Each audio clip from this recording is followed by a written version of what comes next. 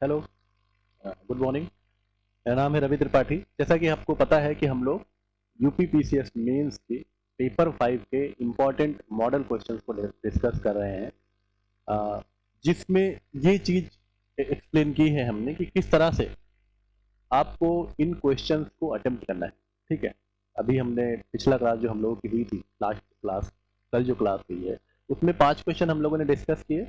5 question इस lecture में हम लोग डिस्कस करेंगे और ऐसे करते हुए हम लोग 150, कितने टोटल 150 मॉडल क्वेश्चंस को हम लोग डिस्कस करेंगे कि ये जो क्वेश्चंस हैं इनके आंसर कैसे होने चाहिए। ठीक है, किस तरह से हम एक अच्छा आंसर लिखेंगे जिससे हमें अच्छे नंबर मेंस में हम ला सकें। ठीक है, देखिए पहली बात तो मैं आपको बताऊं कि यूपी पीसीएस आप जब कर रहे हैं या यूपीएससी कर रहे हैं, कोई भी कर रहे हैं, यहाँ हम लोग यूपी पीसीएस की इसलिए बात कर रहे हैं केवल क्योंकि पेपर 5 और पेपर 6 ये सिर्फ पीसीएस स्पेशल है, यूपी स्पेशल पर।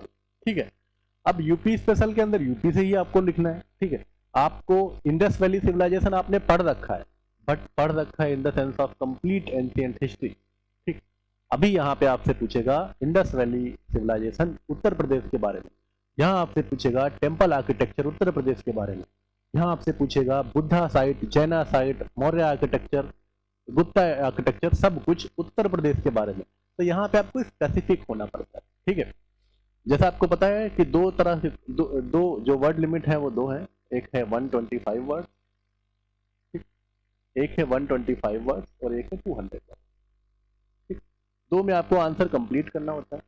ठीक, आपका कंपटीशन जो मेंस में है वो ज्यादा है, प्रीलिम्स के लेवल पे नंबर्स ज्यादा है, पर मेंस के लेवल पे आपकी क्वालिटी का इम्पैक्ट दिखेगा, कितनी अच्छी क्वालिटी में लिखते हैं। क्योंकि मेंस जो दे रहे हैं ज्यादातर, सबको नहीं मानते हैं लेकिन ज्यादातर को मानते हैं कि हाँ वो ठीक ठाक तैयारी करके आए हैं। रिप्रेजेंटेशन आपको अपने आंसर का अच्छा करना है, प्रेजेंट अच्छा करना है। ठीक है, रिप्रेजेंट अच्छा करना है। तो चलिए इसी में सीरीज में हम क्वेश्चन नंबर 6 शुरू करते हैं, देखते हैं क्या पूछ रहा है। Write in brief about the important Indus valley civilization sites in Uttar Pradesh. ठीक, सीधे सीधे ये आपसे पूछ रहा है, क्वेश्चन एकदम सीधा होता है यूपी पीसीएस के, ज्यादातर क्वेश्चन आपको स्ट्रेट मिलेंगे, सीधा पूछ रहे होंगे। अब आपसे सीधा पूछे तो आप सीधा जवाब दीजिए, है ना। अगर आपसे सीधा पूछा जाए और आप बहुत एक्सपर्टाइज के साथ जवाब दे रहे हैं तो वो फिर आपका ज्यादा इफेक्टिव आंसर नहीं होगा। यहाँ पे सीधे सीधे पूछ रहा है कि important Indus Valley sites brief में लिखना है, उत्तर प्रदेश के अंदर कौन कौन सी है। ठीक है, उत्तर प्रदेश के अंदर ये भी स्पेसिफाई किया है। तो अब क्वेश्चन जैसे मैंने आपको कल भी बताया था कैसे फ्रेम होगा, आपका इंट्रो होगा। ठीक है, इंट्रो के बाद आपकी मेन बॉडी और मेन बॉडी के बाद आपका कंक्लूजन। तीनों ही इसके जो पार्टीशंस हैं वो बहुत इंपॉर्टेंट है। ठीक है, आपको यहां से क्वेश्चन को बांध के और यहां तक एकदम बंधा हुआ आंसर आपका आना चाहिए। वर्ड लिमिट आपको याद रखनी चाहिए कि आपका आंसर वर्ड लिमिट में होना चाहिए। वर्ड लिमिट जब मैं भी बात करता हूं तो +10, +20 या +10 +15 वर्ड ऊपर नीचे हो सकते हैं। ठीक है, 125 पूछा है तो आप 110 में 112 में अपनी चीजों को प्रेजेंट कर सकते हैं तो अच्छा है। आप 140 में प्रेजेंट कर दें, 135 में प्रेजेंट कर दे तो भी अच्छा है। ठीक है, डिपेंड करता है, ये नहीं कि आपसे 125 पूछा तो आप 200 वर्ड में लिखेंगे, आपको इतना स्पेस ही नहीं मिलता कि आप लिख पाए। कुछ लोग छोटा छोटा लिखते हैं तो वो लिख लेते हैं। ठीक है, लेकिन आपको जो आंसर है उसी में लिखना है। चलिए, तो इस क्वेश्चन को हम लोग कैसे आंसर करेंगे। आपसे जो पूछ रहा है, write in brief about the important Indus valley civilization site in Uttar Pradesh. तो इंडस वैली आप सभी को पता होगा, सबसे एंशिएंट अर्बन सिविलाइजेशन माना जाता है। ठीक है, या फर्स्ट अर्बन सिविलाइजेशन माना जाता है। इसके बाद फिर रूरल सिविलाइजेशन शुरू होता है। ठीक है, जो सिंधु घाटी सभ्यता है, इंडस वैली सिविलाइजेशन है, हड़प्पन सिविलाइजेशन है, इसको सब कुछ कहते हैं। ठीक है, तो इंडस वैली सिविलाइजेशन में क्या है कि वहां पे वेल ड्रेनेज पाया गया, बेहतर स्ट्रक्चर पाया गया जो कि अर्बन फॉर्म ऑफ सिविलाइजेशन को एक्सप्रेस करते हैं। ठीक है, बहुत इंपॉर्टेंट है। वहीं से हमने जो, हालांकि यहाँ की जो स्क्रिप्ट है वो नोन है बट रीड अभी तक रीड नहीं करी गई है। ठीक है, इसीलिए इंडस वैली सिविलाइजेशन को हिस्टोरिकल एज में नहीं लाते हैं। ठीक है, अब इसका एक्सटेंशन आप देखेंगे तो वो जो आज के टाइम में पाकिस्तान है, अफगानिस्तान रीजन है, वहां से इंडस वैली सिविलाइजेशन शुरू होता है। और इधर अगर हम ईस्टर्न की तरफ की बात करें, ठीक है, वेस्ट में ये जाएगा पाकिस्तान के बलूचिस्तान वगैरह रीजन जो है। ठीक है, और ईस्ट में ये उत्तर प्रदेश तक फैला हुआ है। ठीक है, तो यूपी ईस्ट, ईस्ट पार्ट कहाँ है, यूपी, वेस्टर्न उत्तर प्रदेश में। ठीक है, अगर हम पर्टिकुलर बात करें तो आलमगीरपुर, उत्तर प्रदेश का आलमगीरपुर मेरठ में पड़ता है, वेस्टर्न उत्तर प्रदेश में, वहां तक इस सिविलाइजेशन का एक्सटेंशन है, ठीक है। तो वेस्ट में पाकिस्तान, अफगानिस्तान, बलूचिस्तान रीजन से लेके ईस्ट में बहुत सारे उसके अलावा साइट हैं, धौलावीरा है, इंडस है, हड़प्पा है, ठीक है, लोथल है, बहुत सारी साइट्स हैं इंडस वैली सिविलाइजेशन की, लेकिन हम उत्तर प्रदेश में स्पेसिफिकली यहाँ बात करें, ठीक है। तो अब शुरुआत करते हैं, इंट्रोडक्शन कैसे लिखना है। तो इंट्रोडक्शन ऐसे लिखना है कि Indus valley civilisation is the first urban civilisation found in India, first urban civilisation of India, extended from the period of 3300 BC to 1300 BC, ठीक। ये एक इंट्रोडक्शन हो सकता है, बिल्कुल हो सकता है, क्यों नहीं हो सकता, ठीक है। दूसरा, the Indus Valley, the first urban civilization of India, which is also known as Indus Valley civilization, extended from Baluchistan, Pakistan region to the Uttar Pradesh in India, ठीक है, and it has well developed urban structure to so that it is known as the urban civilization in of India, ठीक है। तो अब urban civilisation, ये भी एक introduction हो गया। तो दोनों इंट्रोडक्शन है, दोनों इंट्रोडक्शन अच्छे हैं, दो लाइन में आपको इंट्रोडक्शन लिखना है, ठीक है। सबसे पहले यहाँ पे डिफाइन करेंगे इंडस वैली सिविलाइजेशन है क्या, ठीक है।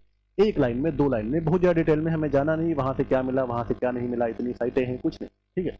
अर्बन सिविलाइजेशन है जिसका ये एक्सटेंशन पीरियड से ये पीरियड तक इसका एक्सटेंशन माना जाता है, और इंडिया का सबसे ज्यादा अर्बन सिविलाइजेशन इसे माना जाता है, ठीक है। फर्स्ट अर्बन सिविलाइजेशन, जिसके बाद फिर वैदिक पीरियड वगैरह की शुरुआत होती है। तो हमने इंट्रोडक्शन में बस दो लाइन में लिख दिया इंडस वैली सिविलाइजेशन है क्या, डिफाइन कर, ठीक है। फिर आगे मेन बॉडी पे, अच्छा कुछ लोग पूछते हैं कि बड़ा इंट्रोडक्शन भी लिख सकते हैं, लिखिए, आपके पास वर्ड है तो लिखिए, आपके पास वर्ड नहीं है, आप फिर बड़ा इंट्रोडक्शन लिखेंगे तो मेन बॉडी को छोटा करेंगे, जहां पे आपको कंटेंट को डालना है, ठीक है, वो चीज इंपॉर्टेंट है आपके लिए। अब इंपॉर्टेंट साइट्स, ठीक, अब इंपॉर्टेंट साइट यहाँ मैंने बहुत शॉर्ट में इसलिए लिखा है क्योंकि जब आप आंसर लिखेंगे तो उसको फ्रेम करना आपको आना चाहिए, ये मैंने इंट्रोडक्शन बताया। अब इंपॉर्टेंट साइट में क्या है, the extension of Indus valley civilisation found in the western Uttar Pradesh, even though it has not profoundly found in the Uttar Pradesh, ठीक है। उत्तर प्रदेश में बहुत ज्यादा इंडस साइट्स नहीं पाई जाती, बहुत ज्यादा साइट्स का इंपॉर्टेंस उत्तर प्रदेश में ऐसा कुछ नहीं है जो कि Harappan civilisation, Indus civilisation, Lothal civilisation, जहाँ का कुछ यूनिक आर्किटेक्चर ऐसा उत्तर प्रदेश में नहीं है, ठीक है। लेकिन एक्सटेंशन है उत्तर प्रदेश में, तो उत्तर प्रदेश बहुत ही ज्यादा रिच नहीं कहा जाएगा इंडस साइट में, ठीक है। तो आप क्या लिखेंगे, Uttar Pradesh is not rich in Indus sites but it also but Indus Valley civilization also has representation in Uttar Pradesh because the eastern side of Indus Valley civilization found in the Uttar Pradesh। ये main body आपने पहली line लिखी, ठीक है। अब आपने इसी के अंदर हेडिंग डाली, sub heading important Indus Valley sites in Uttar Pradesh, ठीक। तो आपने ऐसे सब हेडिंग डाली और पहला आपने बनाया। आप देखिए इन्फो को रिप्रेजेंट कैसे करेंगे, ठीक है। आपने ऐसे हेडिंग डाल दी, मान लीजिए इंपॉर्टेंट साइट उत्तर प्रदेश, ठीक। अब आप आलमगीरपुर,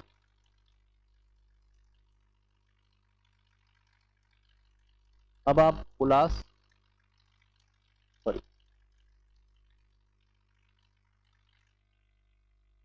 अब आप बड़ा गांव, अब आप कैराना, अब आप मंडी गांव या जिसे मांडी गांव बोलते हैं, ठीक।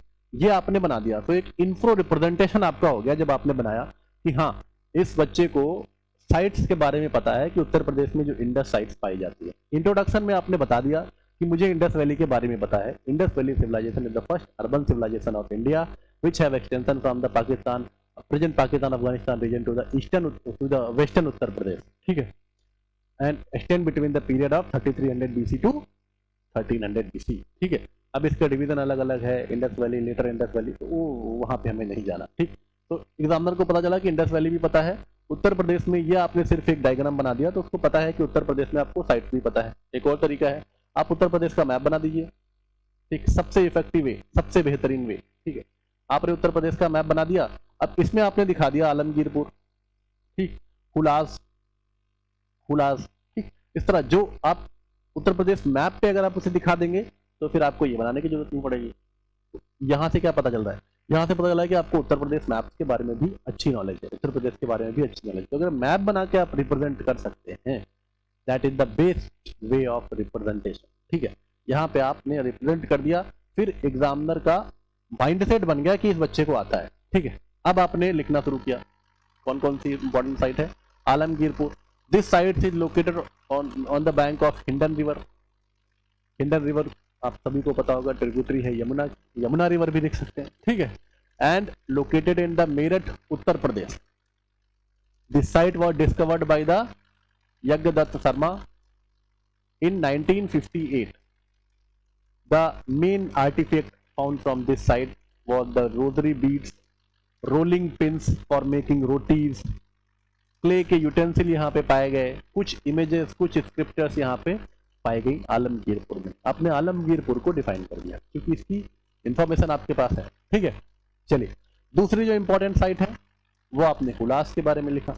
ब्रीफ में लिखने को बता रहा है तो आप 2-3 साइट को ब्रीफ में एक्सप्लेन कर दीजिए, बाकी साइट के बारे में लिख दीजिए क्योंकि आपके पास वर्ड गिनती क्या है, ठीक है। Hulas, Hulas is located in Saharanpur and it is discovered by the Shri Shankarnath in 1978-83। ठीक, ये आपने एक स्टेटमेंट दिया। Small settlement and later Harappa period site found in the Hulas period. यहाँ पे लेटर हड़प्पा साइट पाई गई हैं जो कि बहुत ज्यादा डेवलप नहीं, जहाँ पे कोलैप्स होने लगा था साइट का, ठीक है। तो यहाँ पे स्मॉल सेटलमेंट भी पाए गए हैं हुलास में, आलमगीरपुर में भी स्मॉल सेटलमेंट पाए गए थे, ठीक है। और लेटर हड़प्पन साइट भी यहाँ पे जो है वो मिलती है, ठीक है। और यहाँ पे भी आर्टिफैक्ट्स पाए गए हैं, बहुत सारे बीड्स पाए गए हैं, तो ये भी एक इंपॉर्टेंट साइट है। तीसरी साइट आपकी बड़ा गांव, ये भी आपका सहारनपुर में है और लेट हड़प्पन साइट है। Bada Gaon is also located in Saharanpur and late Harappan site and ochre colour pottery found from this site are important discovery of this site, ठीक है। तो ऑकर कलर पॉटरी जो है वो यहाँ से पाई गई हैं। इसके अलावा अदर आर्टिफिक्स, यूटेंसिल्स, ठीक, बीड्स यहाँ से भी फाउंड होती हैं जो कि बड़ा गांव साइट है उत्तर प्रदेश की, ठीक। इन 3 साइट्स को या और भी चाहें तो आप डिफाइन कर सकते हैं, जैसे कैराना शामली में जो पाई गई है, ठीक है। यहाँ पे बहुत small structure, small settlement found from this Kairana, ठीक है। Most of the clay structure, artefacts, beads वो भी यहाँ से कैराना से फाउंड हुई हैं, ठीक है, जो कि शामली में लोकेटेड है, ठीक है, कैराना। इसको भी आपने डिफाइन कर दिया। अपार्ट, अब आप कंक्लूजन पे आ जाइए, ठीक है। Apart from this all given sites located of Indus Valley civilization located in Uttar Pradesh, there are many sites known as the Manpura located in Bulandshahr, Mandigaon located in Muzaffarnagar, etc. found in Uttar Pradesh, ठीक है। Hence Uttar Pradesh is not very rich in Indus Valley civilization but also has good representation of this civilization, ठीक है। यहाँ से आपने इसको खत्म कर दिया, ठीक है। आपका कंक्लूजन हो गया, आपका इंट्रोडक्शन हो गया, आपका मेन पार्ट हो गया। और आपने अगर मैप बना दिया है जिससे कि साइट को दिखा दिया है या इन्फोग्राफिक बना दिया, अगर मैप नहीं बना पा रहे हैं तो ये आपका क्वेश्चन यहाँ पे खत्म है। अब ये आपको वर्ड लिमिट के अंदर लिख के कंक्लूड कर देना है, ठीक है। चलिए, होप की पहला आंसर आपको इसके पहले वाला समझ में आया। अगला आते हैं महाजनपद पीरियड, ठीक। क्वेश्चन क्या पूछ रहा है? The Mahajanapada period had great significance in the history of Uttar Pradesh. यहाँ पे इन्होंने एम्फेसिस दिया है कि महाजनपद पीरियड का उत्तर प्रदेश की हिस्ट्री में बहुत ज्यादा ग्रेट सिग्निफिकेंस है, इसको डिस्कस करना है। ये की पॉइंट होते हैं। जैसे पिछला देखिए, यहाँ पे इन्होंने क्वेश्चन पूछा, ठीक है, ब्रीफ में लिखने को, यहाँ पे डिस्कस करने को पूछा है। जब आपसे डिस्कस करने को पूछा जा रहा है तो आप उस साइट के बारे में डिस्कस करेंगे, ठीक है। जैसे होता नहीं, critically analyse, explain, elucidate, comment, discuss, ठीक है। तो यहाँ पे आपसे जनरल डिस्कशन करना है, तो मतलब आपको इसके बारे में, साइट के बारे में लिखना है, ठीक है। तो महाजनपद पीरियड आपको पता होगा 6 सेंचुरी बीसी से 4 सेंचुरी बीसी के पीरियड में इस महाजनपद पीरियड का एक्सटेंशन होता है। महाजनपद है क्या? महाजनपद पीरियड यानी कि जब बहुत सारे जनपद, पहले क्या थे, ट्राइबल्स लोग थे, अलग अलग रहते थे। इंडस वैली सिविलाइजेशन में फिर क्या हुआ, सेटलमेंट हुआ करते थे छोटे छोटे, इनका कोई राजा हुआ करता हुआ, ठीक है। फिर उसके बाद छोटे छोटे और सेटलमेंट हुए, फिर उसके बाद जनपद बने, अलग अलग छोटे छोटे जनपद, और फिर एक बड़ा जनपद। उन जनपदों को मिलाकर बड़ा एक जनपद, जो कि एक राजा के द्वारा रूल किया जाता था, एक पर्सन के द्वारा रूल किया जाता था, उन्हें हम लोग महाजनपद कहते थे। इसमें रिपब्लिक भी आते थे और मोनार्की भी आते थे, ठीक है। तो ये महाजनपद जो है, इनका सिग्निफिकेंस उत्तर प्रदेश की हिस्ट्री में बहुत ज्यादा है, ठीक। क्यों? टोटल जो महाजनपद हुए हैं वो हुए हैं 16, जो हमारी हिस्ट्री में डिस्कस किए गए हैं। इनको बुद्धा के टेक्स्ट में भी इनका जो है वो विवरण मिलता है, जैन टेक्स्ट में भी इनका विवरण मिलता है, ठीक है, महाजनपदास का, ठीक है। बड़े बड़े महाजनपद हुए हैं जिनका एक इंपॉर्टेंस अलग ही है। ठीक, तो अब उत्तर प्रदेश क्यों उत्तर प्रदेश की हिस्ट्री में सिग्निफिकेंस है, क्योंकि जो 16 महाजनपद पाए गए टोटल, इसमें से 8 महाजनपद उत्तर प्रदेश में लोकेटेड है। देख रहे हैं, टोटल जो हिस्ट्री में 16 महाजनपद हैं, 8 महाजनपद उत्तर प्रदेश में लोकेटेड हैं, इसीलिए इसका जो सिग्निफिकेंस है वो बहुत ज्यादा है उत्तर प्रदेश की हिस्ट्री। ठीक है, तो अब आप इसका इंट्रोडक्शन कैसे कर सकते हैं? इंट्रोडक्शन ऐसे कर सकते हैं, extension of Mahajanapadas can be link to the development of eastern Uttar Pradesh and western Bihar during the 6th and 4th century BC। ठीक है, क्योंकि ये जो उत्तर प्रदेश और बिहार रीजन था, यहाँ पे इस टाइम पीरियड के अंदर ठीक ठाक डेवलपमेंट देखने को मिला था। यहाँ पे सेटलमेंट अच्छे खासे हो गए थे, जनपद अच्छे डेवलप हो गए थे। क्योंकि ये गंगा मैदान में पाया जाता है, तो बहुत फर्टाइल रीजन है। ठीक है, बहुत ही फर्टाइल रीजन था। फर्टाइल रीजन होने के साथ साथ यहाँ पे नेविगेशन अच्छा था, रिवर सिस्टम अच्छा है उत्तर प्रदेश के अंदर, जिसकी वजह से यहाँ पे महाजनपद डेवलप होने में आसानी हुई। ठीक है, जैसे कि बिहार में अगर हम बात करें मगध, ठीक है, तो क्या है, वो तीनों तरफ से रिवर से घिरा हुआ है, तो वहाँ ट्रांसपोर्टेशन आसान है बहुत ज्यादा। ठीक है, अब पहले के टाइम पे ट्रांसपोर्टेशन के लिए गाड़ियां तो थी नहीं, ट्रेन तो थी नहीं, तो ट्रांसपोर्टेशन रिवर से ही ज्यादातर पॉसिबल था, जो बहुत तेजी के साथ और ज्यादा ले जा सकता था। ठीक है, ऊपर से डिफेंस में भी बहुत अच्छा था।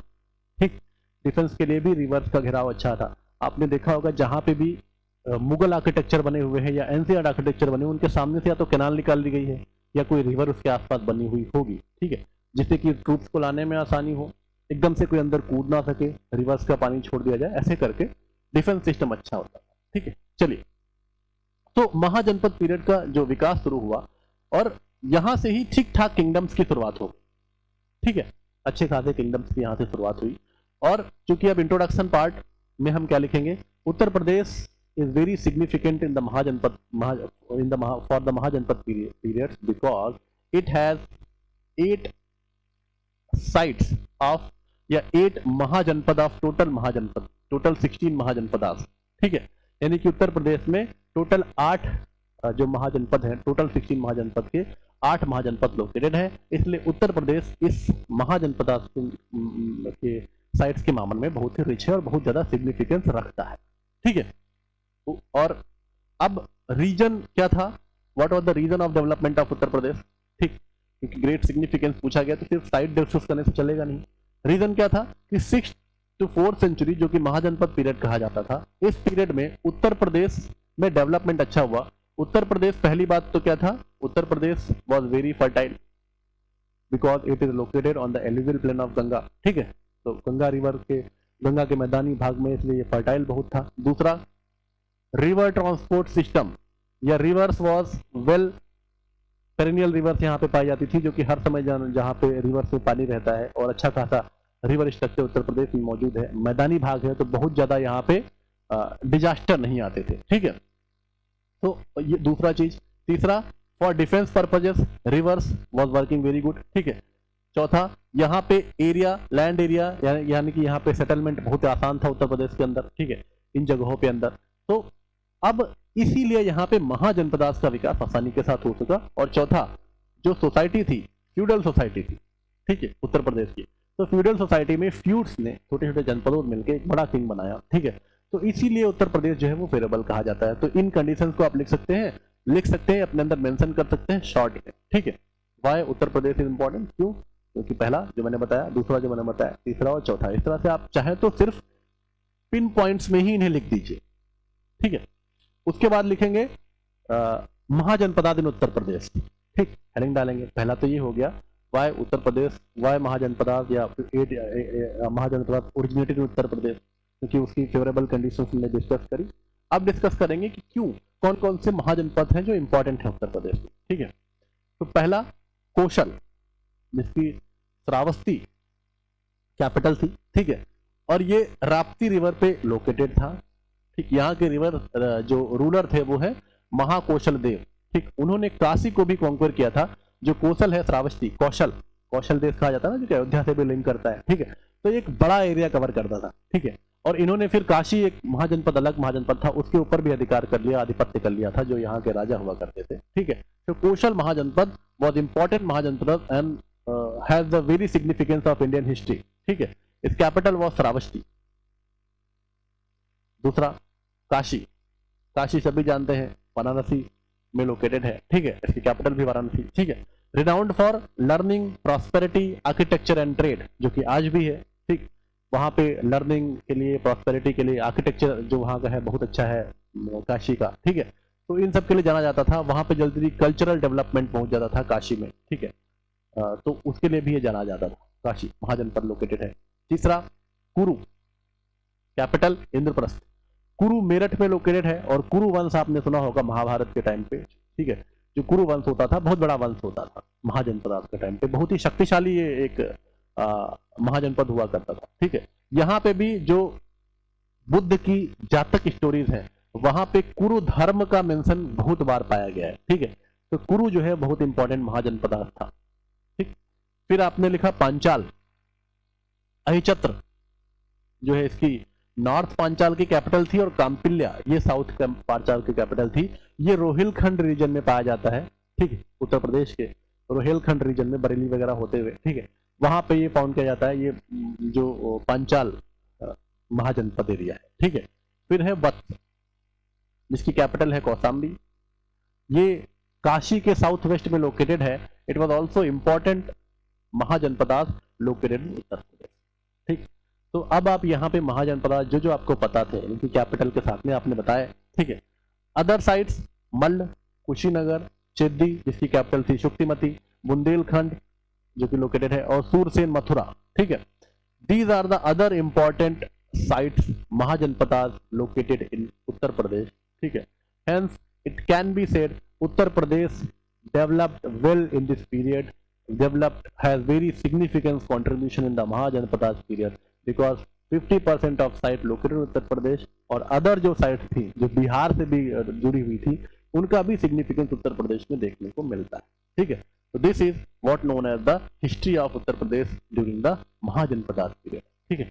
अब आपने इसे कंक्लूड कर दिया कि as these sites as more than 50% of site, या more than 8 of 12 16 mahajanapadas found in the Uttar Pradesh, hence Uttar Pradesh has very important significance in this period and important development in this period, ठीक है। ये आपका question खत्म हो गया। फिर वहीं पे आते हैं, अब क्वेश्चन में अलग क्या डालना है, क्वेश्चन सभी लिखेंगे ना, ये आप भी नहीं लिखेंगे, ये दूसरा जो बच्चा है वो भी लिखेगा। अब आपको अलग क्या डालना है, आपने प्रेजेंट क्वेश्चन को कर दिया लैंग्वेज में, अब आपको रिप्रेजेंट करना है, ठीक है। कौशल उत्तर प्रदेश, या तो आप वही इंफोग्राफिक या आप मैप बनाइए, ठीक है। छोटा सा आपने मैप बनाया उत्तर प्रदेश का, और इस मैप पे आपने टोटल जो है वो लिख दिया कहाँ पे कौन सी साइट उत्तर प्रदेश में पाई जा रही है, ठीक है। कौशल कहाँ पाया जा रहा है, ठीक, कहाँ पे काशी पाया जा रहा है, कहाँ पे कुरु पाया जा रहा है, ठीक, कहाँ पे कुरु पाया जा रहा है, मतलब ऐसे करके आप पूरा एक साइट उत्तर प्रदेश के मैप पे ड्रॉ कर देंगे, कोने में छोटा था, तो उससे आप ये आपका क्लियर रहेगा कि इसको उत्तर प्रदेश के बारे में ठीक से पता है, ठीक है। और आपके थोड़े आंसर में यूनिकनेस आ जाएगी, अलग सा दिखेगा, ठीक। अगला जो क्वेश्चन है वो है throw light on the cause and result of भक्ति मूवमेंट इन उत्तर प्रदेश, ठीक है। भक्ति मूवमेंट उत्तर प्रदेश में उसके कारण क्या रहे। तो भक्ति मूवमेंट जैसा कि हमने पिछले लेक्चर में भी डिस्कस किया था कि ये साउथ इंडिया से आया, ठीक, ओरिजिन हुई इसकी साउथ इंडिया में जो भक्ति मूवमेंट है, ठीक है। रामदास, कबीर, ठीक, तुलसी, ये सब भक्ति मूवमेंट के पॉइंट है, ठीक है। तो ये इसकी ओरिजिन हुई, रामानंद आए साउथ इंडिया से नॉर्थ इंडिया में, और वो फिर भक्ति मूवमेंट को नॉर्थ इंडिया में लेके आए, ठीक है। अब भक्ति मूवमेंट जब आया था तो उस समय नॉर्थ इंडिया की जो कुछ हिस्ट्री थी कुछ ऐसी थी कि वहां पे रिलीजियस डोमिनेंस बहुत ज्यादा था, ठीक, यानी कि कास्ट सिस्टम बहुत ज्यादा प्रिवलेंट था, ठीक है। कास्ट सिस्टम बहुत ज्यादा प्रिवलेंट, जैसा कि आपको पता है वर्ण सिस्टम जो हमारे यहाँ डिफाइन हुआ है क्या है, ठीक है, ब्राह्मण, क्षत्रिय, वैश्य, शूद्र, ठीक, बहुत ही प्रिवलेंट था। लैंग्वेजेस जो जनरली हुआ करती थी एलीट क्लास की वो थी संस्कृत, जो कि अननोन थी लोअर क्लास को जो कि जिसका नंबर बहुत ज्यादा था उत्तर प्रदेश, ठीक है। तो कास्ट की वजह से एक्सप्लॉयटेशन बहुत ज्यादा था, ठीक है, और उनको राइट्स नहीं थे, चूंकि रिलीजियस बहुत ज्यादा प्रोमिनेंट था, तो लोअर कास्ट को राइट्स नहीं थे टेम्पल एंट्री के, पूजा पाठ करने के, संस्कृत लैंग्वेज स्पोक करने के, बोलने के। तो जब बोल नहीं पाएंगे तो समझ नहीं पाएंगे अच्छे से, ठीक है। तो और ये एक था रिलीजन था, कास्ट था, और एक फ्यूडल स्ट्रक्चर। उत्तर प्रदेश में फ्यूडल स्ट्रक्चर भी बहुत ज्यादा प्रेवलेंट था उस समय, ठीक है। चौथा, जो बुद्धिज्म और जैनिज्म था, ठीक है, ये भी बहुत ज्यादा प्रोमिनेंट था उत्तर प्रदेश में, ठीक है, नॉर्थ इंडिया में, ठीक। तो अब इन सबको देखते हुए, क्योंकि बुद्धिज्म, जैनिज्म, रिलीजियस, कास्ट, इन सबको, फ्यूडल स्ट्रक्चर को देखते हुए हमने एक चीज नोटिस करी उत्तर प्रदेश में कि उत्तर प्रदेश बहुत ही फर्टाइल ग्राउंड बन गया कोई नया रिलीजन आने का, ठीक है। क्योंकि जो भक्ति मूवमेंट थी, ये जो भक्ति सेंट्स आए, भक्ति के पॉइंट्स आए, इन्होंने क्या किया, इन्होंने कास्ट बैरियर को खत्म किया, भाषा अपनी लोकल लैंग्वेज रखी, संस्कृत को नहीं रखा, फ्यूडल क्लास और सबको अपने में एंट्री दी। तो इसीलिए बहुत ज्यादा प्रोमिनेंट हो गया, जो कि बुद्धिज्म और जैनिज्म भी कर रहा था, कास्ट सिस्टम, रिलीजन सिस्टम को खत्म कर रहा था, एक रिलीजियस, हार्ड रिलीजियस बिलीफ को खत्म कर रहा था, उसको भक्ति मूवमेंट ने भी खत्म किया। इसी ज्यादा बहुत प्रेवलेंट रहा। तो आप उत्तर प्रदेश में क्यों लिखेंगे, by Uttar Pradesh, cause of flourishment of भक्ति मूवमेंट उत्तर प्रदेश, पहला यहाँ का कास्ट सिस्टम, दूसरा हार्ड रिलीजियस बिलीफ, तीसरा फ्यूडल स्ट्रक्चर, ठीक, चौथा local language of bhakti poets, ठीक है, इसीलिए, ठीक है, स्कॉलर्स यहाँ पे पाए गए। तो भक्ति मूवमेंट जो है, इंट्रोडक्शन आपने लिखा सबसे पहले, bhakti movement implies the movement which emphasize intense devotion of god and it has very much significance in Uttar Pradesh, ठीक है। अब कॉजेज में जो मैंने बताया वो आपने लिख दिया, बुद्धिज्म एंड जैनिज्म को काउंटर करने के लिए, डायरेक्ट और पर्सनल कनेक्शन बनाने के लिए डिवोटीज और डिवाइन्स से, ठीक है, जो सोशल स्ट्रक्चर था, सोशल प्रॉब्लम थी, कार्टिज्म, रिलीजन वगैरह को, उनको एड्रेस करने के लिए, ठीक।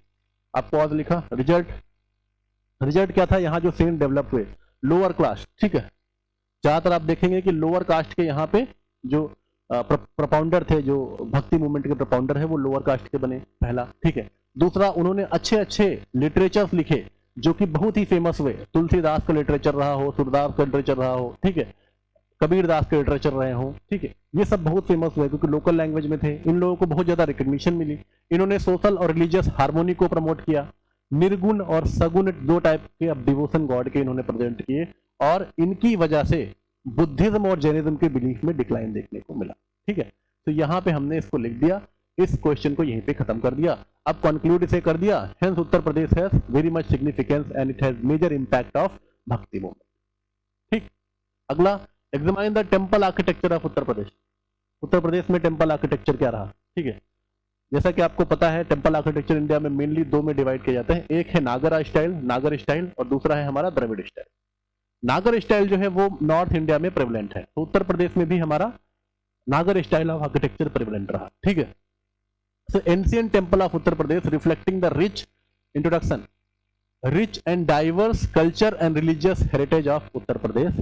Most of the temple of Uttar Pradesh are Nagar style temple, ठीक है। They are Nagar style, means entire temple to be built on the stone platform with a step leading to the down, ठीक। आपने देखा होगा stone पे बने होते हैं, स्टेप जाती हैं, लेकिन चारों तरफ मेजर बाउंड्रीज नहीं होती, जो कि द्रविड़ स्टाइल ऑफ टेम्पल में, ठीक। यहाँ पे हमने इंट्रोडक्शन दे दिया। अब आर्किटेक्चर को थोड़ा सा डिफाइन कर दिया हमने, इसके अंदर क्या क्या है, प्लेटफॉर्म पे बने हुए हैं, मेजर जो है वो स्टेप जाती है ऊपर से नीचे और नीचे से ऊपर, और इलाबोरेटेड बाउंड्री वॉल या गेटवे जो है वो नहीं है यहाँ पे, ठीक है। जैसे कि टेम्पल ऑफ वाराणसी, इसकी खासियत क्या है, इंट्रिकेट कार्विंग है और स्पिरिचुअल सिग्निफिकेंस है यहाँ की, ठीक। तो यहाँ पे काशी विश्वनाथ टेम्पल जो है, जो वाराणसी का हमने लिया, ये हिंदू और इस्लामिक आर्किटेक्चर को रिप्रेजेंट करता है, ये लिखा। दूसरा, हमने मथुरा टेम्पल का एग्जाम्पल लिया, ऑर्नेटेड स्ट्रक्चर है, स्कल्पचर है, वाइब्रेंट पेंटिंग है, जैसे कि द्वारिकाधीश टेम्पल, ठीक है। तीसरा, हमने अयोध्या को लिया, जैसे हनुमानगढ़ी, कनक भवन एक्सेट्रा, ये नॉर्थ इंडिया के टेम्पल स्टाइल को बहुत ही प्रॉपरली रिप्रेजेंट करते हैं, ठीक है। अगर हम एंशिएंट इंडिया में जाएं, ठीक है, तो एंशिएंट इंडिया में जो गुप्त काल के टेम्पल्स इंडिया में है, वो भी हमारे जो स्टोन कार्व पेंटिंग है, वो स्टोन कार्व टेम्पल है, सॉरी, वो स्टोन कार्व बने हुए हैं रेक्टेंगल स्टोन कार्विंग पर, वो भी नागर स्टाइल ऑफ टेम्पल को रिप्रेजेंट करते हैं, बहुत ज्यादा इलाबोरेटेड फॉर्म में नहीं, लेकिन हाँ फिर भी नागर स्टाइल को ही रिप्रेजेंट करते हैं, ठीक है। तो ये हमने आर्किटेक्चर को देखा, कुछ टेम्पल्स के एग्जाम्पल लिए, वो गुप्ता काल के हो, मौर्य काल के हो, उन टेम्पल्स के एग्जाम्पल्स को भी इसके अंदर शामिल किया, ठीक है। सॉरी, मौर्य काल नहीं, गुप्ता काल, ठीक है। गुप्त काल के टेम्पल्स के एग्जाम्पल को भी हमने शामिल किया, तो चाहे देवगढ़ हो, ललितपुर में, ठीक है, इन सब टेम्पल्स को शामिल करते हुए स्टोन को हम लोग स्टोन आर्किटेक्चर को, स्टोन टेम्पल्स को भी रिप्रेजेंट करता है। तो Uttar Pradesh architecture is very rich in temple and is shows the Nagara style of temple architecture and has great significance in the temple या टेम्पल आर्किटेक्चर ऑफ इंडिया। ठीक है, कंक्लूड कर दिया। अगला लास्ट आज का question, write in detail about the Uttar Pradesh participation in the revolt of 1857। 1857 में उत्तर प्रदेश के पार्टिसिपेशन क्या रहे। ठीक है, अब चूंकि 1857 रिवॉल्ट सभी को पता होगा, ठीक है, इसे सिपाही म्यूटिनी भी कहा जाता है। ठीक है, इसे first freedom struggle of India भी कहा जाता है। रानी लक्ष्मीबाई का नाम सभी ने सुना होगा, तात्या टोपे का नाम सभी ने सुना होगा। ठीक है, लेकिन उत्तर प्रदेश के अंदर इसका क्या सिग्निफिकेंस है इसकी हिस्ट्री में? तो इसकी हिस्ट्री में उत्तर प्रदेश का सिग्निफिकेंस बहुत ज्यादा है। क्यों? क्योंकि उसकी ओरिजिन हुई मेरठ में। मेरठ उत्तर प्रदेश से ही इस मूवमेंट की शुरुआत हुई। तो उत्तर प्रदेश में ही इस मूवमेंट की शुरुआत हुई। ठीक है, और उसके बाद उत्तर प्रदेश में बहुत ज्यादा पार्टिसिपेशन रहा, सिर्फ उन लीडर्स का ही नहीं जिनका नाम आया, बल्कि पब्लिक का भी। उत्तर प्रदेश की पब्लिक ने भी इसमें बहुत मेजर पार्टिसिपेशन दिखाया, उनको बहुत ज्यादा मदद पहुंचाई, बहुत ज्यादा इनपुट पहुंचाया, फूड पहुंचाया। ठीक है, जिससे कि इस रिवॉल्ट को कंटिन्यू किया जा सके। ठीक है, तो इसीलिए उत्तर प्रदेश बहुत इंपॉर्टेंट है। तो यहाँ पे इंट्रोडक्शन लिखते हैं, ठीक है, कि Uttar Pradesh has great significance in the revolt of 1857 because the revolt originated in Uttar Pradesh. ठीक है, 10 मई 1857 on 10th May 1857 in Meerut it originated and spread in many district of Uttar Pradesh including Jhansi, Lucknow, Faizabad etcetera. ठीक है, अब हम कुछ पार्टिसिपेंट का नाम लिखेंगे। पार्टिसिपेंट कौन से थे? इसके अंदर मंगल पांडे सबसे पहले आते हैं, बलिया के रहने वाले थे, नेटिव, और इन्होंने क्या किया था, ग्रीस्ट कार्टराइज के अपोजिशन में अपने ही सीनियर ऑफिसर के ऊपर अटैक कर दिया था, उन पर हमला कर दिया था और फिर इन्हें फांसी दे दी। ठीक है, फिर कानपुर में रिवॉल्ट हुआ जो कि नाना साहब लेके चले। ठीक है, अब उसके बाद क्या हुआ, मेरठ में सिपाही म्यूटिनी हुई। ठीक है, सिपाहियों ने आंदोलन कर दिया उत्तर प्रदेश के मेरठ में। फिर कानपुर में रिवॉल्ट नाना साहब ने किया, उनका जो एडॉप्टेड सन था बाजीराव टू, ठीक है, इसके लिए नाना साहब ने ब्रिटिशर्स के खिलाफ मोर्चा छोड़ा कानपुर में। ठीक है, रानी लक्ष्मीबाई सभी जानते हैं, झांसी की रानी। ठीक है, इन्होंने बुंदेलखंड रीजन में अपना रिवॉल्ट जो है वो जारी रखा, उत्तर प्रदेश से लेकर मध्य प्रदेश तक। ठीक है, उन्होंने जबरदस्त तरीके से रिवॉल्ट किया और अंग्रेजों को ये कहना पड़ा, she was one man among the all in this revolt. ठीक है, रोज जब उन्होंने जीता तो रानी लक्ष्मीबाई, उसके बाद इलाहाबाद में मौलवी लियाकत अली खान ने इस रिवॉल्ट को लीड किया, फैजाबाद में मौलवी अहमदुल्ला ने इसे लीड किया, मथुरा में देवी सिंह ने इसे लीड किया, कालपी में तात्या टोपे, बरेली में खान बहादुर खान। ठीक है, तो ये मेन जो है वो रिवॉल्ट में पार्टिसिपेंट रहे। ठीक है, इसके अलावा बेगम हजरत महल, ठीक है, जो कि जिनका सन था बिरजिस कादिर अवध में अंदर। ठीक है, उन्होंने भी इसमें रिवॉल्ट किया अवध रीजन में। ठीक है, अपने सन को गद्दी दिलाने के लिए। तो उत्तर प्रदेश में इस रिवॉल्ट का राइज हुआ।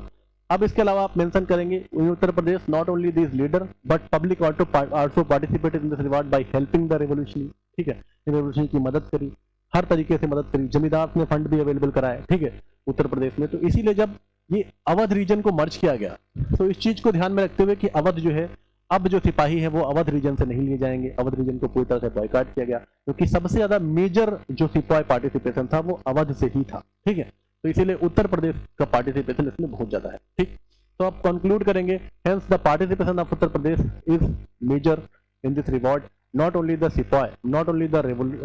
Sepoy participation, but also public of Uttar Pradesh, people of Uttar Pradesh, Jamidars of Uttar Pradesh somehow also participated in this revolt and helped the revolutionary to achieve the independence that time. ठीक है, first war of independence जिसे कहते हैं। ठीक, तो इस तरह से हम इन आंसर्स को लिखेंगे। इसमें भी हम क्रिएटिविटी दिखा सकते हैं, मैप बना के इलाहाबाद वहां पे कौन था, लखनऊ वहां पे कौन था, झांसी वहां पे कौन था, इस तरह लीडर्स को मेंशन करते हैं। ठीक है, तो इस तरह से हम इन सब आंसर्स को अटेम्प्ट करेंगे। ठीक, चलिए आज के लिए हम लोगों ने 5 क्वेश्चन किए। अब अगली जो हम लोग 5 क्वेश्चन की सीरीज है वो कल होगी। टोटल 150 क्वेश्चन तक हम लोग डिस्कस करें। ठीक है, चलिए आज के लिए इतना ही।